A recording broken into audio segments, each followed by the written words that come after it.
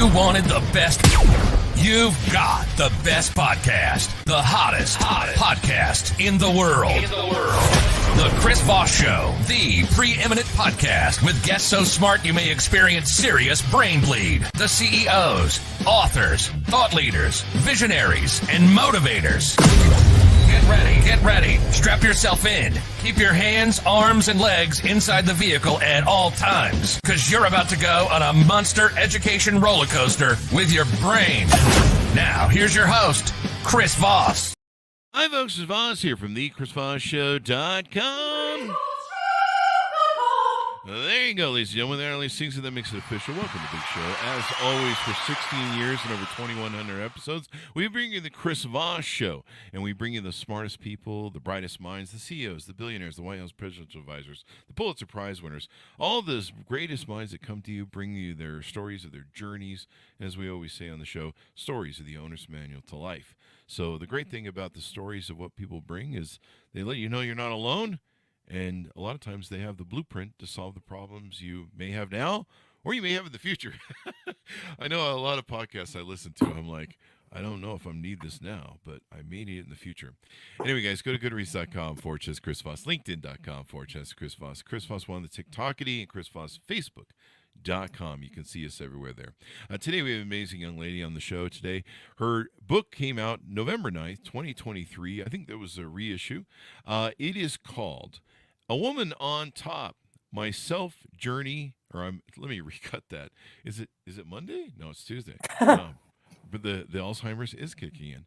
It is called A Woman on Top, My Journey of Self-Discovery Through Love and Money. And we're joined today by Suzanne Leydecker, and we're going to be talking about her book and everything that went into it. It's Suzanne, right? Not Susan? You got it. All right, let me recut that for the audio. Suzanne Leydecker. There's too many screens. I'm flipping between. Welcome to the show, Suzanne. How are you? I'm doing great, Chris. How are you today? I am excellent. I'm just definitely holding in there on the brain cells as it comes down. So you are a fierce love coach, author, speaker, and mother on a mission to build bulletproof women who keep their promises, learn to say no, and never take anything personally again. She's got a background in marriage and family counseling and a certificate in spiritual psychology. She blends education with a holistic approach to guide women on their journey of self-discovery. Splitting her time between Aspen, Colorado, and Orlando, Florida, she empowers women to prioritize self-care and embrace their unique gifts and take charge of their lives. Welcome to the show. How are you, Suzanne? I'm doing wonderful today. I'm sitting in my home in Aspen, Colorado. It just snowed. The leaves haven't even fallen off the trees, and it's snowing. So I'm tucked in my office and here with you today. I love your introduction, your Chris Voss. It's brilliant. And I love the fact that you said in the first minute of this is that you're here to talk to people about how they're not alone. There you go. And for me, that's become critical in my life. Mm-hmm. Yeah. I mean, a lot of times we can get alienated and we can feel, sometimes victimized or persecuted. We can kind of get in, sometimes that can kind of become its own subterfuge. But, a lot of times we feel like, it's us against the world and the universe. And the great thing about the human condition is a lot of us tend to experience the same things, or at least there's enough of us to spread it around. And I would like to avoid sharing the same things with people, but I guess that's not the way life works. No, it's just not. Yeah. Hey, I just did a post that I'd like to share with you. It's just a little Instagram post. There's been several studies done that rank, I'm making this up, okay, just as a model, what causes longevity and happiness, and they rank them 1 to 50. All right, I hate to say it, but I'm not suggesting you do any of these things, but smoking, drinking, and eating are number 46, 47, and 48 out of 50. Number 1 is connection with other people. Wow. We as human beings are meant to be a connector. Number 2 is your connection with your family. Weirdly enough, it's first off society as a whole. So yes, you're never going to be, I tell people all the time, if you think you have a problem, I promise you, you are not alone. So, I said, well, I said on the post, I was like, well, if you're going to eat, drink, and smoke, you might as well do it with other people. Or you can do something like join a book club or something that might enlighten your soul a little bit more and make connections with people as often as you can. You make a good point because I'm a big purveyor of these meetup groups that we do for singles and stuff. And we're trying to get people to come out to events and, not sit at home doom scrolling and going to their things. And so we have these big events that we throw for people.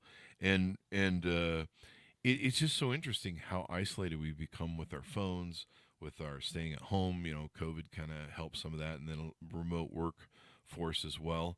And so a lot of people seem to have lost the skills to go out and socialize. And I've had people say, I'm afraid to go out and meet people. I'm like, you do that all day long. You're driving on the road, you go to the store, you go to the gas station, and all that good stuff.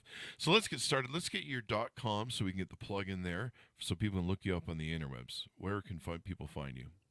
At Suzanne Leydecker. I don't know if you post my name, actually. Mm-hmm. I think it's at the bottom of the screen because nobody can sell it or say it. .com, and which my website is just being revamped, and it's amazing how much I've learned. It took me 11 years. By the way, it was published on 11/11. And throughout my whole book is all this stuff, magic things about 11s. As a matter of fact, my license plate in my car is 11. My name is Suzanne Leydecker, so it says 11 SLL 11 because I figure angels might as well protect me while I'm driving down the road. And we all need as much help as we can get out of the way. Right. And there's I'm not alone. There's a whole bunch of other freaks on the planet that think 11s are related to angels. So that's been a journey. But we need all the help we can get. We need all the help we can get, for sure. And, connecting with your community, I've been running, Chris, these mastermind dinners for women in the work. They don't have to be in the workplace. They can be mothers. They can be entrepreneurs. They can be thought leaders in Aspen and also in Orlando, where I live, because I want to go to the Senior World Water Ski Championship as a competitor. So I have another tribe down there, and we run these groups, and it's been incredible because I don't know about the communities where all your listeners are living, but I know in Aspen, and I don't think we think it's unique up here, but that everything changed post COVID, and our community kind of got ripped apart. Oh no! And there was no longer as much. We have a very intimate community here where you could go out to dinner and see 10 people you knew. Now, nothing.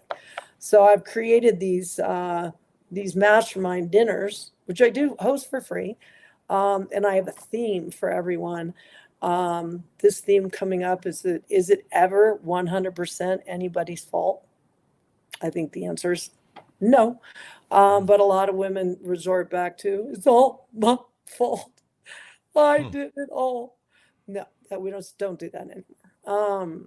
But the dinners have been great ways to connect. So I encourage all of you in your communities to start joining, because it gives you a safe space you don't have to, talk to somebody in a bar or invite them over to dinner and afraid that nobody will show up.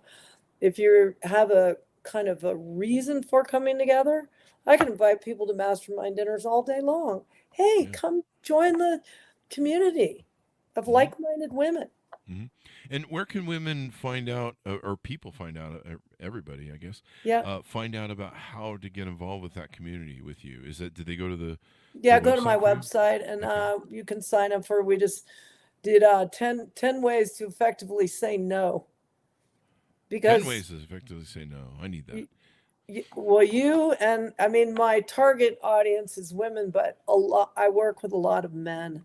And how many men also say, I'll tell you what to do. If you want to try it, Chris, you could just take this on for a week. Okay. You can go back to all your bad habits or all your ineffective ways of saying no. How did you know I have bad habits? Because we all do. If it's not a hell yeah, it's a no.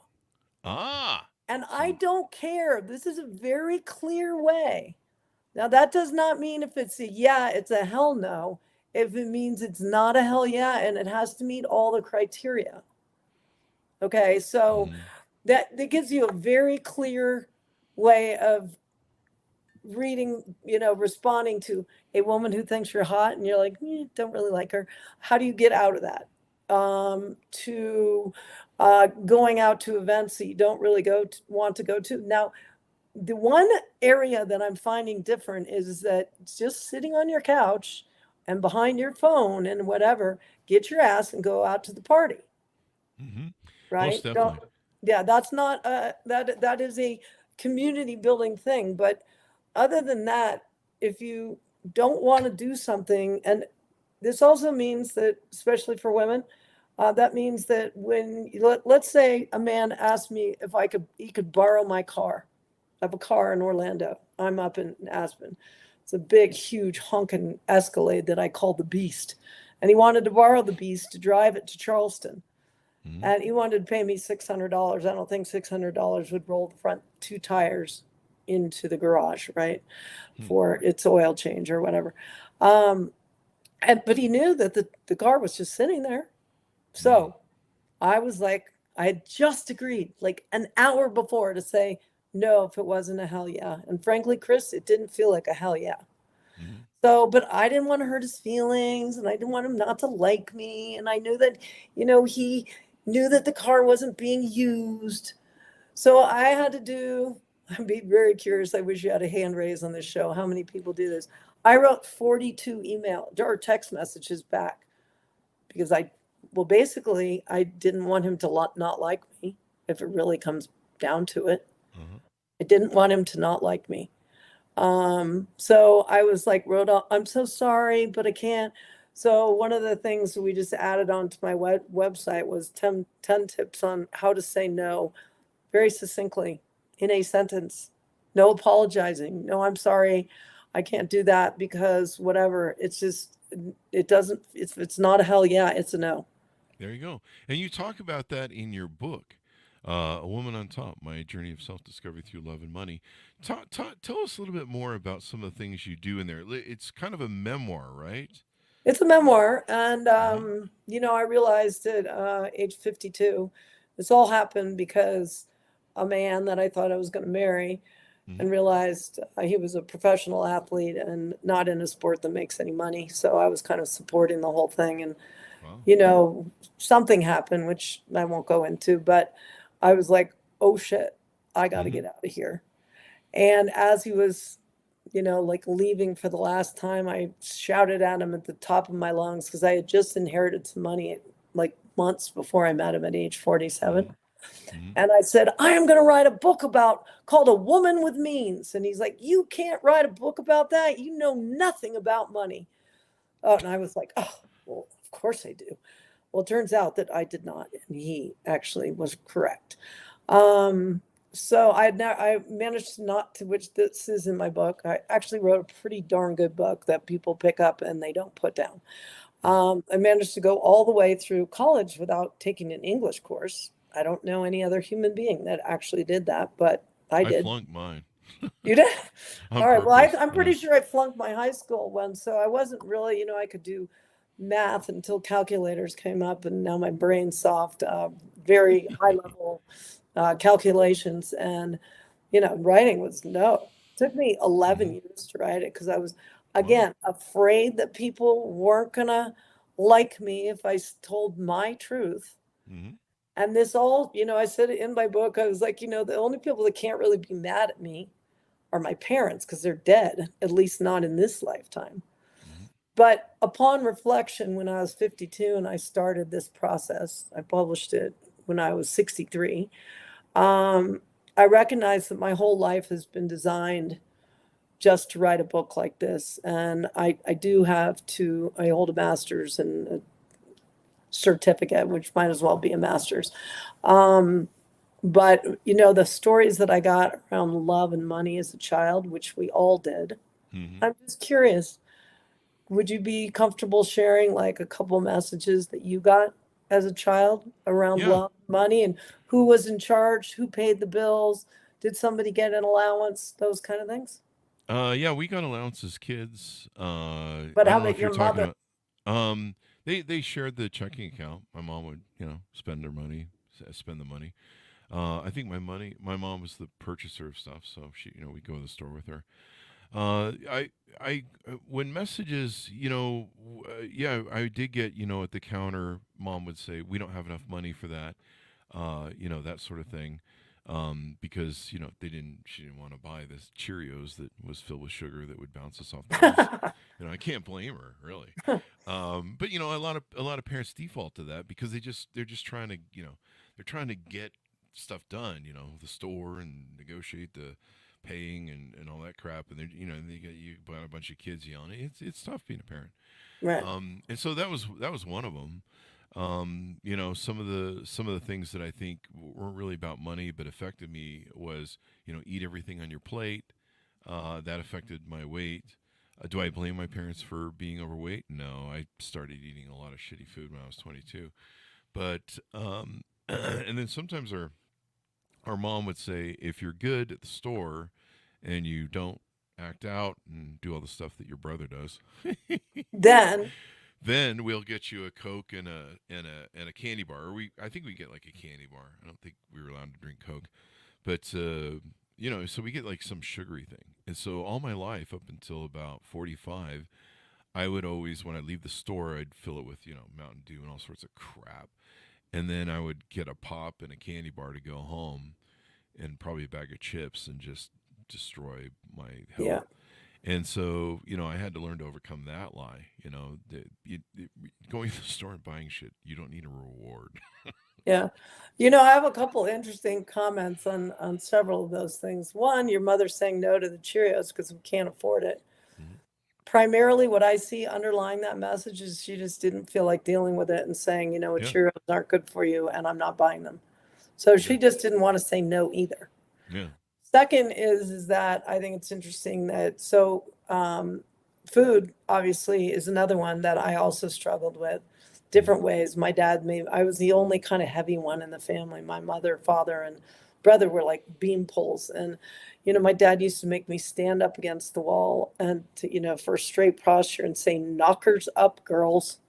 And at the time, knockers up, girls. He said it to all females. And I was like, and now I look back on it, I'm like, Dad, you probably shouldn't have been saying that. He thought it was really funny, in order to lift, and he is correct. I mean, probably another time. But posture's important.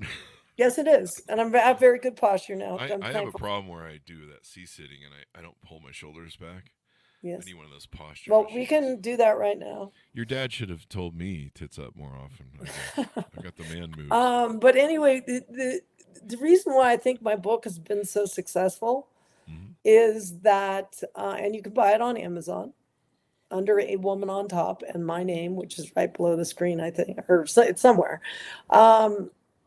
is that, it talks about all these messages that we get as children and how they're kind of ingrained. We know this, inner child, all that stuff. And it controls and decides like where we're at now. Or influences it. And so I think the first part of my book, which I thought was going to be the most boring part, was the part where people really engage because it makes them think about their childhood. And I wrote a very vulnerable book. Somebody said to me yesterday who had read it, and they're like, wow, that took some nerve. And it did. And I had to go back, actually, Chris, at certain points. So because of that boyfriend that I was leaving my house, and I said, I'm going to write a book called A Woman with Means. There was some things in there that weren't as pretty, like the time that I took one of his, this poster that I had framed of him standing on a podium doing his sport. And I just took this thing and I smashed it into about 1,000 pieces, glass on the floor. Now, one, I had to clean up all of it. Two, I'm such a caretaker that I actually went out and got a new one for him. So I wrote about the things when I was not at my best, because again, are you saying you took ownership of those? You took accountability? I did. I wrote them in a book. Yeah. I said, hey, listen, if you think you're alone, have you done these things? Because I did. There you You go. know, so it lets people, I think it makes people feel more at ease around who they are. And, you know, there's dark, scary things inside of all of our paths that we don't want to talk about. And they're okay. They don't need to come back out. We can just embrace them and move on. Yeah, you can't change the past. Right. That was one important thing I learned with Eckhart Tolle. I was having trouble after the loss of my dog, and then I think I had a couple hundred of her last photos that had and I was suffering from that. I was really grieving, and then the hard drive failed that had the last couple hundred photos on her, Oh and no. and so I was like, you took my dog away from a universe, and now you're taking the photos, and I have thousands of probably 10,000 photos of her, but and some of them were recoverable because they gone into my Google Photos. But yeah, I mean, sometimes you can feel that way. So Yeah. now your journey is kind of unique. You talk about how you help women, and especially successful women. So I think you inherited, my understanding, some money from your parents when they passed away, and at age 47, you want Yeah. to tell us a little bit like what that was about, and maybe how that changed your life and gave you some different Oh yeah. perspectives on things. So my life was growing up was relatively normal. We played kickball in the backyard. We went on a week-long vacation to Lake Tahoe. I grew up in California, Mm. and nothing was really out of the ordinary. I married a man and then divorced him, and we had our own challenges around money, which I'm sure every person that's ever been divorced, and we talked about this a little bit before, like why would you get married? Because then sometimes you have money problems to get Oh divorced. yeah. Um, but all of a sudden, when I was 47 and I'm prepping to do a TED Talk, I don't have a stage yet, but the topic is how inheriting millions of dollars taught me about my self worth. Mm. And it goes into how no matter how high your net worth goes, for all those people out there that think you won't have any problems if you have money, because you do.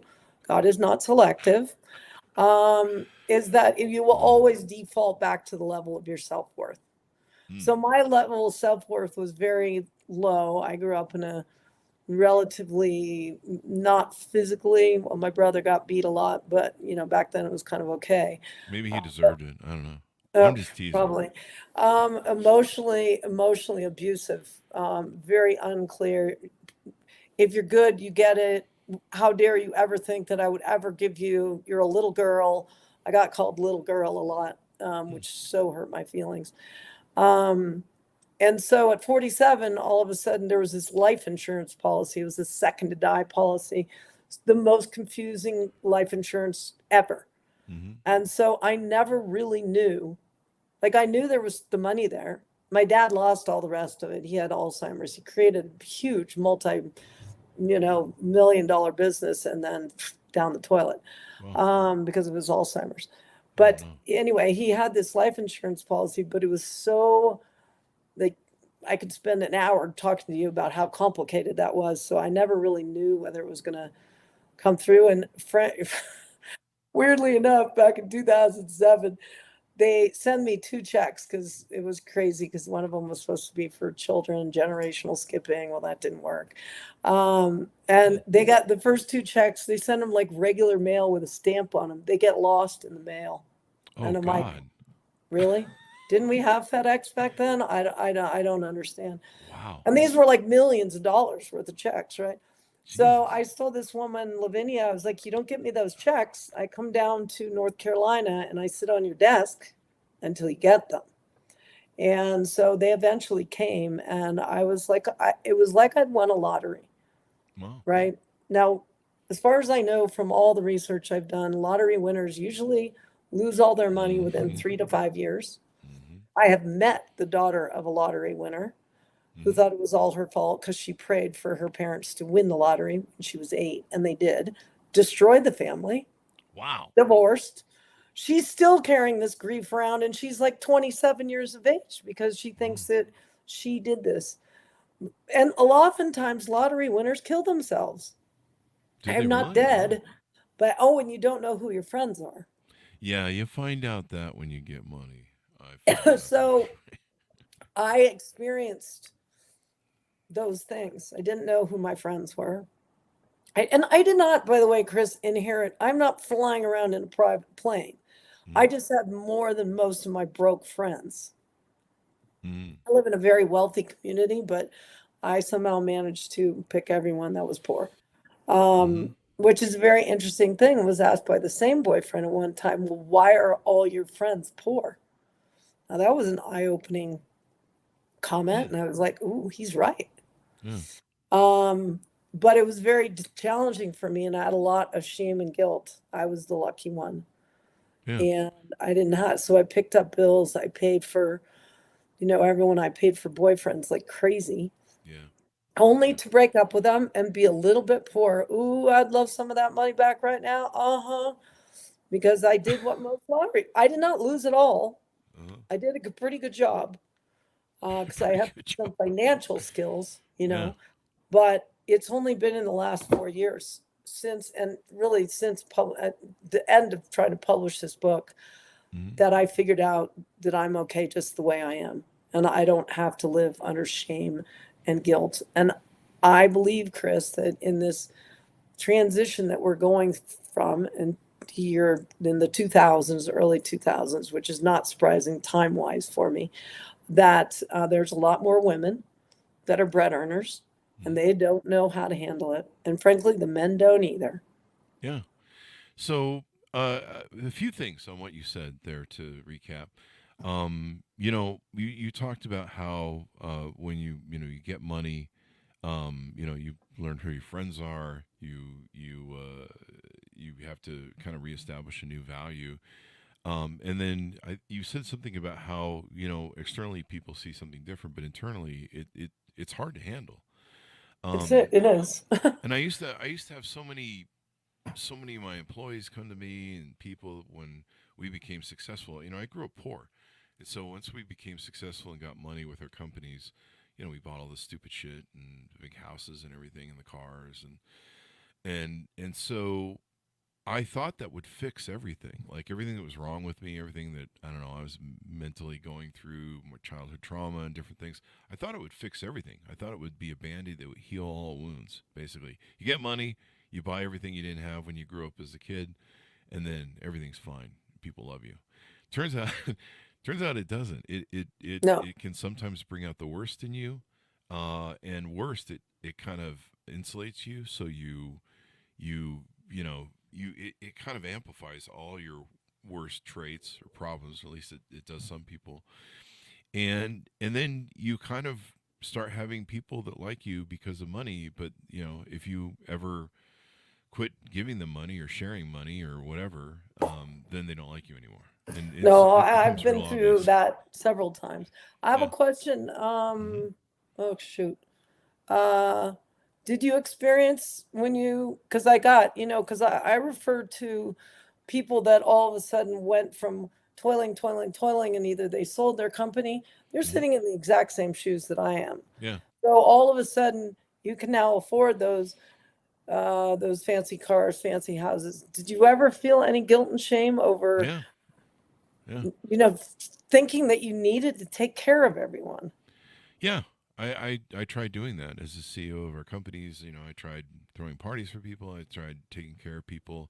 I didn't get too stupid at giving out my money. I'd been dating most of my life, and I've seen a lot of guys spend money on a spouse. I've had friends that have had millions and spent millions in divorce. And so that leads me into what I wanted to ask you about. So you've alluded that a lot of women now are earning a lot more money, and a lot of women sometimes are earning more money than a spouse or their prospective prospects. And it's a really big deal in the marketplace because right now what you have is, and I see this in our big dating groups that we have. I have thousands of people in our dating groups that we give coaching to. And one of the things that I see is a lot of women, normally women date in what's called a hypergamous nature. So they date usually up on the social scale. They date a man that's above them social-wise and money-wise. Not me. Yeah. Well, you can't. I might need to come to your workshops. Yeah. Well, it's actually not it's a feature, not a bug. But what's happened is women hypergamously date that way. So the problem is once they reach a certain level of income in this world, it's really hard to find men above them that earn more. So an example is the internet right now cries out for men who are over 6 foot tall, earn over $100,000 a year. Those two factors and finding single available men to date, because there's a lot of married guys who make a lot of money, but they're married. Yeah. It's only 1% of the single men that are out there that are available that are 6 foot tall plus and 100,000 plus. So if you're a woman who makes a lot more than $100,000, you've got to find somebody who makes more than that, or you end up basically being in the game of a man, which is what you've been talking about, and I think what you help other women about. And that's what I'm trying to lead you into. And so you become like my rich friends, men friends, where you end up taking care of the people underneath you because they don't earn more, they earn less, and it basically flips the role of the man to the woman, and the woman now has, I one of my friends was a new skin gal, and she made I think it was like $400,000 a month or something. Holy shit! And she always had to, date these. She would always buy and date these bodybuilder guys because she's like, she told one of my friends, she's like, I can't get a husband who makes more than me. They're just not out there really that are available single.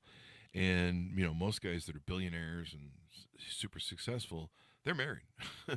So she's like, so if I'm going to have to pay for a man to have a man in my life, just like a man would pay for a woman who earns less than him, then I'm just going to buy bodybuilders. But she would have all sorts of problems. They would extort money from her. They would try and write books about it. I mean, it was the same sort of thing that men go through in breakups that are ugly with women. Right. Listen, I did exactly that. In my book, I wrote about 3 specific men. I might as well, they were shaped differently and named differently, and 2 of them were ski racers, and then I left to go to the water ski world because I love water skiing. And I dated a water skier, and that each time it turned out, as I said before, I had less in my pocketbook, and I got, however, the last chapter, I think I'm going to answer your query here, is that, so no matter what, I mean, I either have to figure out how to date someone poor, or probably Prince Charming, who's 6 foot tall and makes over $100,000, they're not around. And, the biggest story that I hear from women is there's no men. And so the last chapter of my book, in the epilogue, it finishes, not to ruin it for you, because you should all read it. I meet this woman years ago, right? And she was married, and she got divorced, and she was constantly looking for someone. She was on Match.com. She was on all the things. She lived in Denver. We were on the same board together. So back before COVID, we met in live person. So I saw her several times, same coffee shop, with men, and she just couldn't find anyone to save her life. And so she went and she got a job. This is all during the course of years now, right? Wow. So I see her, this meeting was 2021, so it was 3 years ago. And I see her at this party for this organization that we both work for. And she pulls me aside and she's like, Suzanne, I just need to talk to you. People often pull me aside because they know that I'm a safe space to share their most intimate selves, because I share my most intimate self. She says, I'm going to quit my job. And I'm like, why? She's like, well, I need to make more time to find somebody to marry. And I looked at her, and I mean, with all the empathy in my heart, and I said, what if he never comes along? Yeah. Because he might not. So my big thing is living into acceptance of wherever you are, rich, poor, white, black, male, female, homosexual or not. We all come, as you and I think have both pointed out, there is no way you can avoid the complications of being human. Yeah. Sickness doesn't choose whether you're rich or you're poor. It may help you to get your blonde hair blonde, But, like above and beyond, I mean, it pays for all those food, water, shelter things. But can you identify the three most important things there are after food, water, and shelter, Chris? Just TikTok, go for it, off the cuff. the Chris Voss Show podcast, TikTok, doom scrolling on TikTok, Facebook, LinkedIn, very important. That's great. I don't know.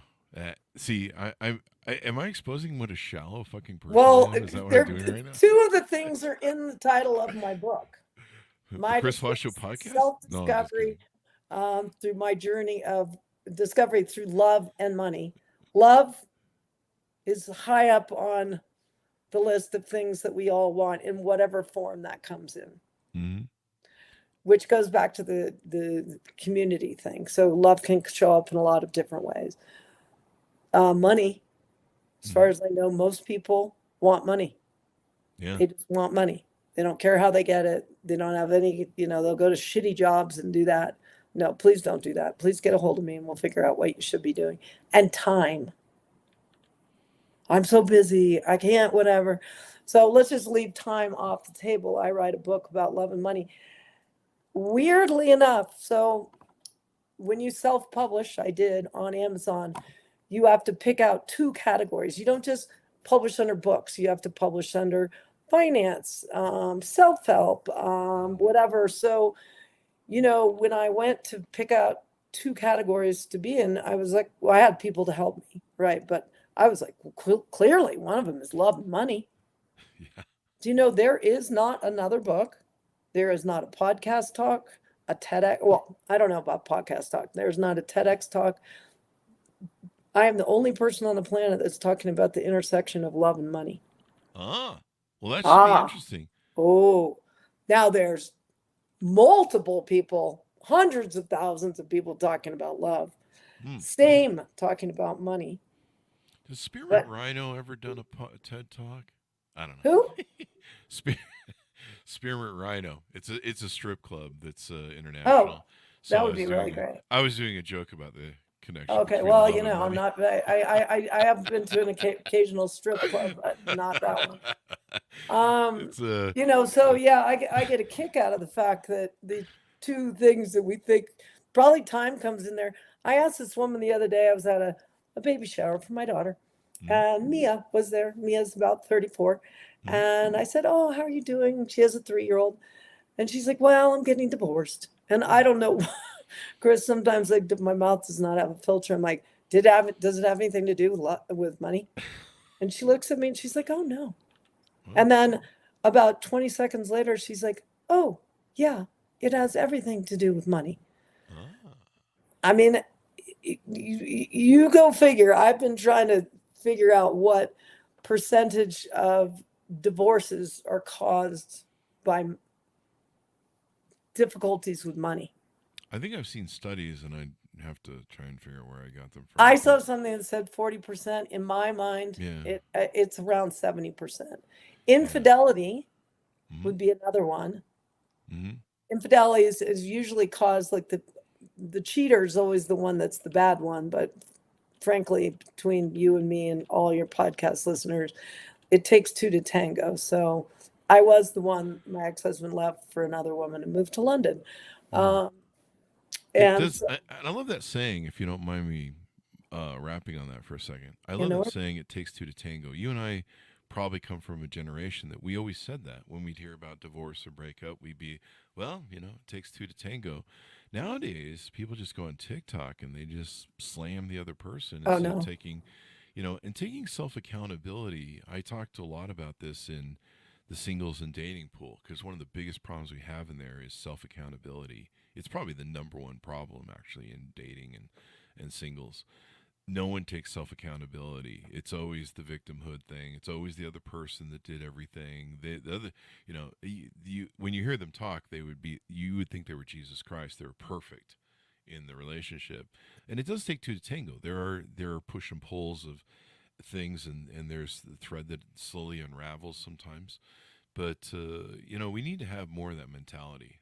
It takes two to tango. It's usually these things happen for a complex number of reasons, a combination. It's hard to boil them down, I think, to Yeah. one.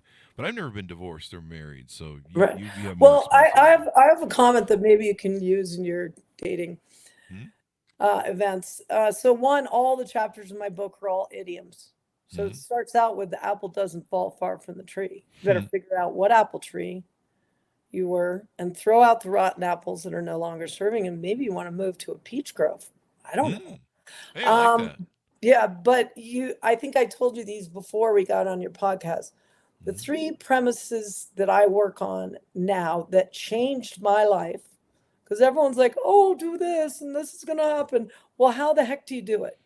One, take personal responsibility, which is your accountability. Self-accountability. And that means for women, don't take it all.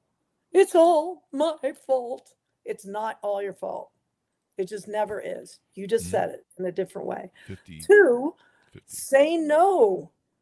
If it's not a hell yeah. Yeah. And can we expand on that a little bit? Yes, please. So, can I give you my third one before I sure, forget? go ahead. Don't take things personally. Mm. You know that you were talking about persecution and all that? That is just a very, very dramatic form of taking things personally. Yeah. Doesn't help the situation any. Anyway, go ahead. So, and then we'll get to the third one. So on the second one, I had something for it and I lost track. What was the second one? The second one is say no if it's not a hell yeah. Say no. Now, would you equate that to setting boundaries as well? Is that the same thing in what you're? So I remember going to Uganda one time and I was invited to go there to run this mastermind program for women in the workplace. Somebody had financed it. And so I went over there. First off, in Uganda, they have 54 languages and they don't have a word to mean mindfulness. So that was very difficult to begin with. But back then I talked about purpose and passion, which I still think is super important. Boundary setting and taking personal responsibility. The boundary part was so hard for me to communicate about how you do this. And really, honestly, until this was actually from a guy named Derek Silvers, and he actually, weirdly enough, did it on a Tim Ferriss podcast. I just met Tim Ferriss the other day. No idea how to get a hold of him, but Tim Ferriss, if you're out there, I'm still looking for you. Anyway, so I lost my train of thought. You were stalking Tim Ferriss. No, I was stalking. No. So Derek Silvers said this thing. So this woman, I think I said this before. I agreed. I said, I'll do it for 1 week. I challenge any of you to do this for 1 week. Get a hold of me through my newsletter and let me know how it goes. Because all of a sudden, yes, it set boundaries. And it was such an easy way for me to discern when to say yes and when to say no. Sort of getting off my couch, putting on real clothes and going to an event because I was too shy or something. Let me ask you this. I know women as mothers are the greatest nurturers and caretakers. I mean, without them, we just probably starve to death, I think, or at least my generation would have. No. Don't think so. Go ahead, finish. Yeah. So, I think one of the things that mothers do is they don't say no as often as they should, and sometimes they don't take care of themselves. They're a caretaker, and so sometimes they don't take care of themselves and they give first. Like mom will eat last. She'll prepare dinner for everybody, take care of everybody, and then mom will take care of herself last. And I've heard from a lot of women we've had on the show that they kind of do that as nurturing, but you can't give of yourself if you don't take care of yourself. And so setting boundaries, learning to say no, learning to, be okay with that. I think maybe do some mothers experience guilt that maybe I should have, I think I experienced some guilt with my dogs where I'm like, I should have spent more time with them today. I should have done this. And, but it's hard to say no. No kidding. I mean, I was a single parent. My husband moved to London. Oh, wow. And I made up by giving my children everything. They did turn out to be pretty good. I'm happy to report. But no, I think that, obviously on the airplane, put on your own oxygen mask first. And I do not, in my opinion, think it is a good place for our way for women to show up as role models for their children. In what place? Well, at home, anywhere. So if you have a strong mother, Mm-hmm. usually you have a strong sense of self. I'm not talking a bully mother. I'm talking one that sets boundary, is very clear about what she says, means what she says what she does, or does what she does, and all that kind of stuff. They seem to be men that are raised that way. Also seem to attract powerful women that can also speak their mind. Can I tell you? Do I have time to tell you one quick little story? Sure. Okay, so I tell, boy, the gentlemen ask me sometimes, I'm on the gondola and they're like, why did you write a book for women? And I was like, well, when you first had your girlfriend, you met this woman and, she was so empowered and you were liked her instantly. And then she kind of started liking you and she would go, oh, Chris, I don't know. What do you want to do tonight? And act like, like she had no opinions, which a lot of us do. I just was reading a little meme about it. But you kind of were like, well, that's okay, honey. I kind of like to be liked like that. And she moves into your house and she picks up your underwear. She folds the towels. She goes to the grocery store. She does it for 6 months, a year, 2 years, as long as whatever. Some women, it's 15 years in the marriage. And all of a sudden she's like, Chris, I am so tired of picking up your underwear. I can't stand it. And I don't like going to the grocery store all the time. And you're like, whoa, babe, I didn't even know you were upset about it. Why didn't you just say, hey, Chris, pick up your underwear? And I would have been happy to do it, but you've been doing it, so whatever. And then she says, Chris, what's your favorite sport? What is my favorite sport? We'll just pick one. I guess it's football, but I'm a All Raiders right. fan. So you know what, Chris? I don't always like to sit and watch football on Sundays. Sometimes I like to have a picnic in the park. And you're like, well, okay, dear. I mean, we can. You told me when I met you love football. That for sure. And then she's like, and you're like, well, we have bikes and stuff. We can ride picnic in the park every time there's not a football game on, or whatever you say. And she's like, it doesn't count when I have to tell you what I want to do. You're supposed to ask me. Yeah, this is not working, Chris. This is not a good way to fly. Like, as females, it's extremely, and men are, mostly they just laugh through the whole thing, because if they haven't been through that experience, and I've been that woman, they know somebody who has, and they're laughing at them. So as women, I'm really here to support us in, not being like, oh, whatever you want to do. I mean, to a certain extent, you got to compromise, but say what you want, ladies. And husbands demand that, or boyfriends, all men demand that women say what they want. And by the way, tell them right up front, I hate when you open the car door, or this is the most dreamy thing you've ever done, because men are so confused these days. I kind of really feel sorry for them. They don't know what to do. So it doesn't help if you guys ask, like, would you like me to open up the car door? And then she'll probably cry and say, you know what, Chris, I can't believe you had to ask me that. It doesn't count if you have to ask me. That's not working either. Yeah. I mean, you can't expect people to be mind readers, but that's a whole. No, we expect people to be mind readers. We expect men to be mind readers. But all women don't do that. I think, no. Some evolved ones don't. I think some of the ones that really need therapy. Be careful. You're on the air. Yeah. No, I'm completely fine with it. I study a lot of women and men's nature. No, not all women, I think, don't communicate their things, but there are some women that do it.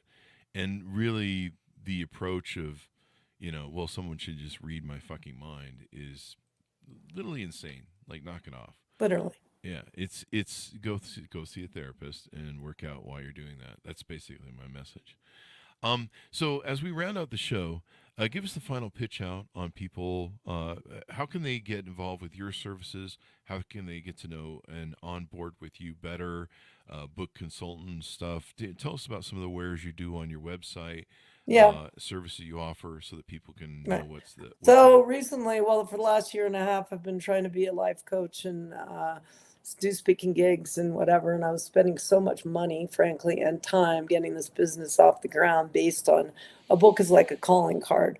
Mm-hmm. But I frankly just said no to most of it recently. And I've gone back to, like really, I'm going to re-edit my book and do it on Audible. So all you people that cannot do it without Audible, which is me, Me.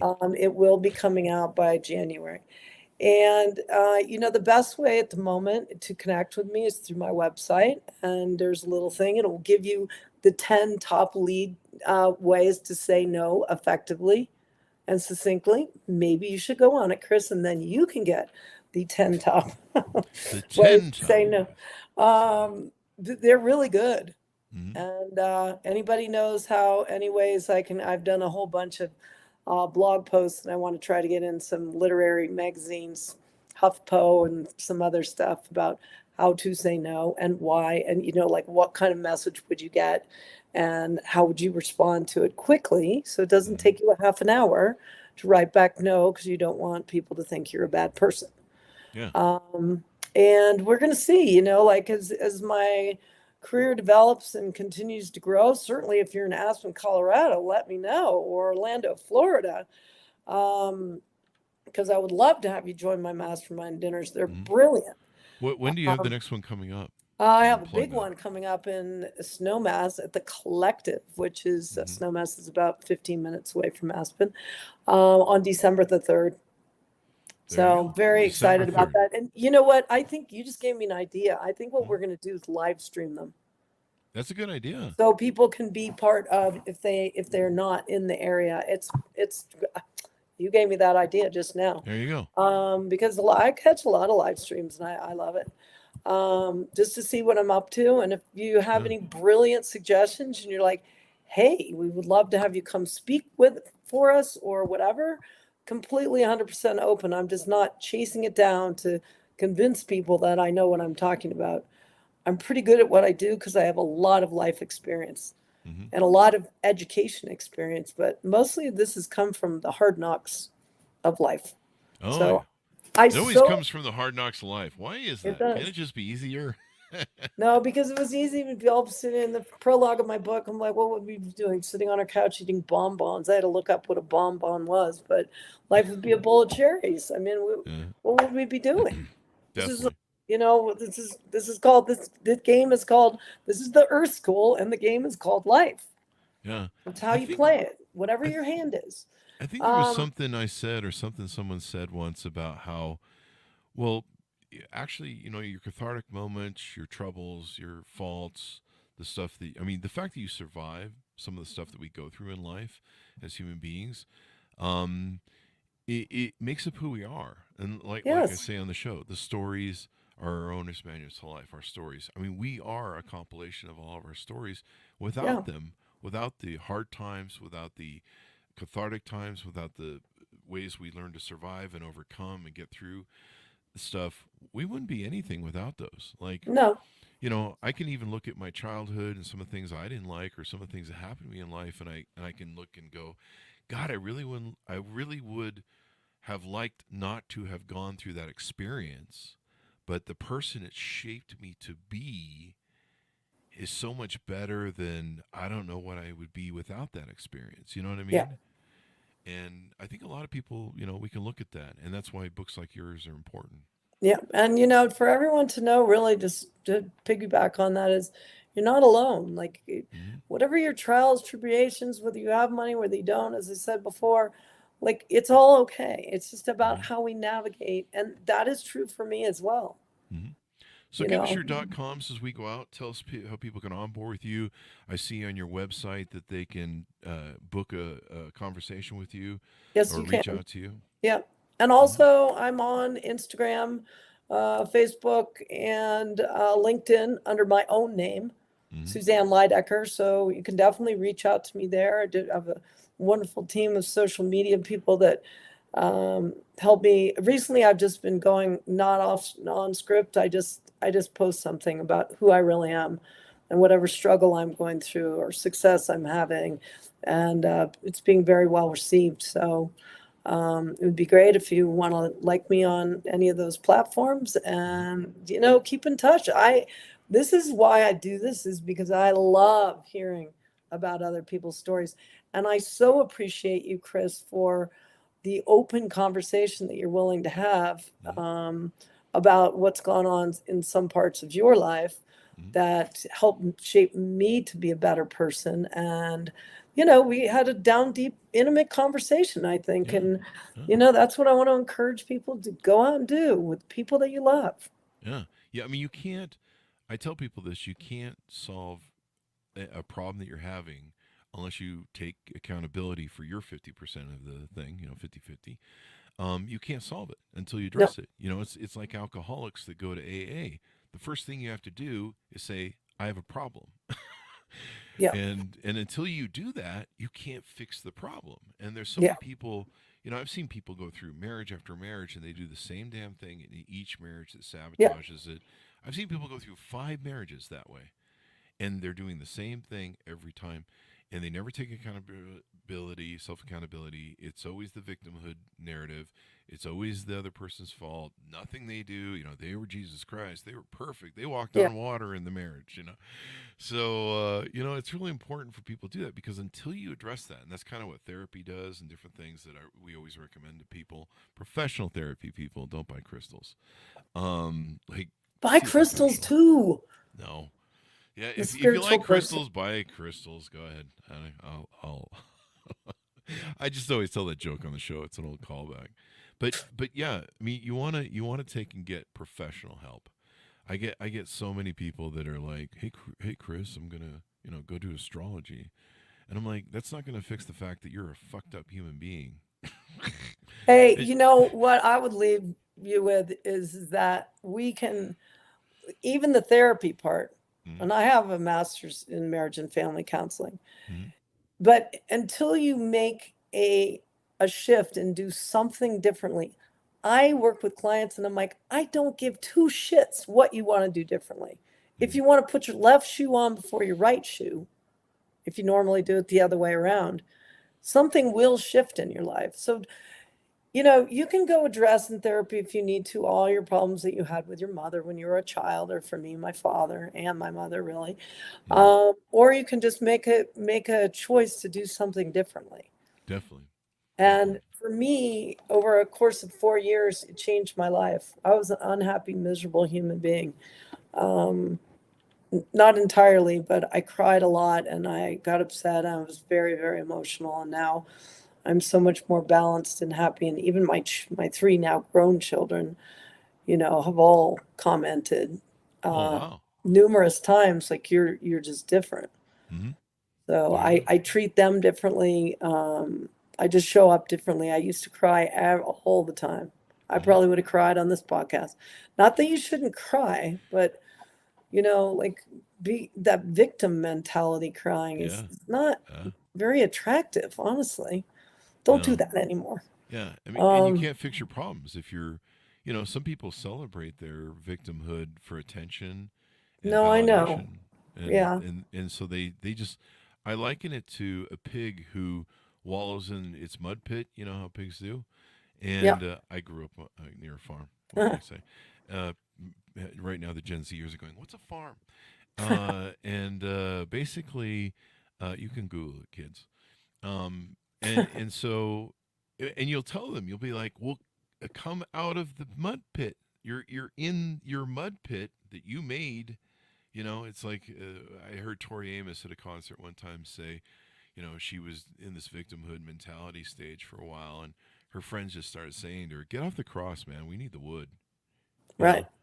And a lot of people do that. I mean, I might have been guilty of doing that sometimes in my life, where I'm sure we all have. But you know what? My thing is that start small.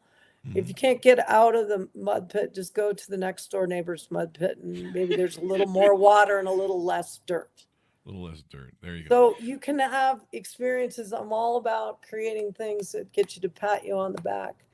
And then it makes you want to go out and you want to celebrate the small wins. Mm-hmm. You can have instant change. Mm-hmm. Read Joe Dispenza, rewiring the brain. But it's challenging to do. And I think that if you can have small wins, like I'm going to put my shoes on backwards every day for a week and see what happens. Be surprised. You will be surprised, actually. Something's going to happen. I think I'm going to do that this week. I'm going to take that challenge on myself. You're going to turn them the other way around? No, I'm just going to put, you probably put the left on the right and the right on the left? No, you probably put the right shoe on first every morning. Like which leg do you put through to your pant when you get into your pants? I'm not even sure. Like, I don't. Come on, you do it every morning. I don't pay attention. I'll have to, next time I put my pants on, I'll definitely be like. Okay, well, I'm sure you do it the same way every time. Probably. That's most likely true. Or do you know what hand you brush your teeth with? That's a little bit. I'm right-handed, so it's my right So hand. try brushing your teeth with your left hand for a week. God. You want to do that together with me? Yeah, that'll. I don't know. 1 week. I don't even know if I have strength in my. Actually, my left arm is stronger. You'll be fine. Get an electric toothbrush. How do I get a hold of you to see how you're? You have my email. You're booked on the show. All right, that'll go to you. So I want to see. Can we talk in a week? Sure. Can we agree? No, can we agree to brush our teeth with our left hands?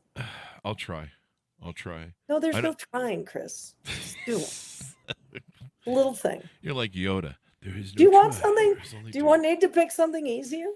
I don't know. Let's see let's figure out what the pants thing is and putting the pants on. That might be easier than brushing my teeth. Okay, that's fine. I don't know. Yeah, okay. All right. So let's round out the show as we go out. Give people your .coms. Where can people find you on the internet? It's Suzanne Leydecker. So it's SUZANNELEY is in yarn, D is in dog, ECKER.com. And then you can find me under my name on Instagram, LinkedIn, and Facebook. There you go.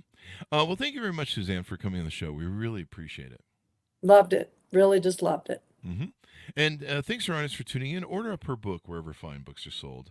A Woman on Top, My Journey of Self-Discovery Through Love and Money, out November 9th, 2023. 11. I'm sorry, what? 11/11. Oh, 11/11. Okay. I'm just reading the hardcover. I don't know how that got in there. Amazon. I'm going to have to get that corrected. Let me see what the paperback says. The paperback says 9. And the Kindle says, well, the Kindle doesn't give a date because it's kind of the way it is. It does show that the publisher published it on November 11th. Yeah. But for some reason, Amazon says the 9th. And one of the reasons we always quote the date that Amazon says is because people watch our videos 5 to 10 years from now. And anytime I say there's something new coming out or some crap, they'll be like, it's not new. It's like the video's 5 to 10 years old. Right. And by the way, that is not the second rewrite. That is the first book, but I am going to do somewhat of a rewrite on it because I like to try to tell people don't use need. You don't need to do anything. I should. I want to, which now I'm having a problem with want because it means that there's some kind of lack. I'm choosing to is a much clearer message to the universe. Buy those crystals. Yeah. I got crystals everywhere. I don't know where they are right now. Do you? I also got a duck, just in case. If I ever need to talk to myself, I talk to my duck. That's why I have 2 dogs. He's plastic. So 2 dogs. Yeah, I have 2 personalities, or maybe 6. I'm not sure which. But then they can talk to each other. I can have a different dog to talk to for whatever. So yeah.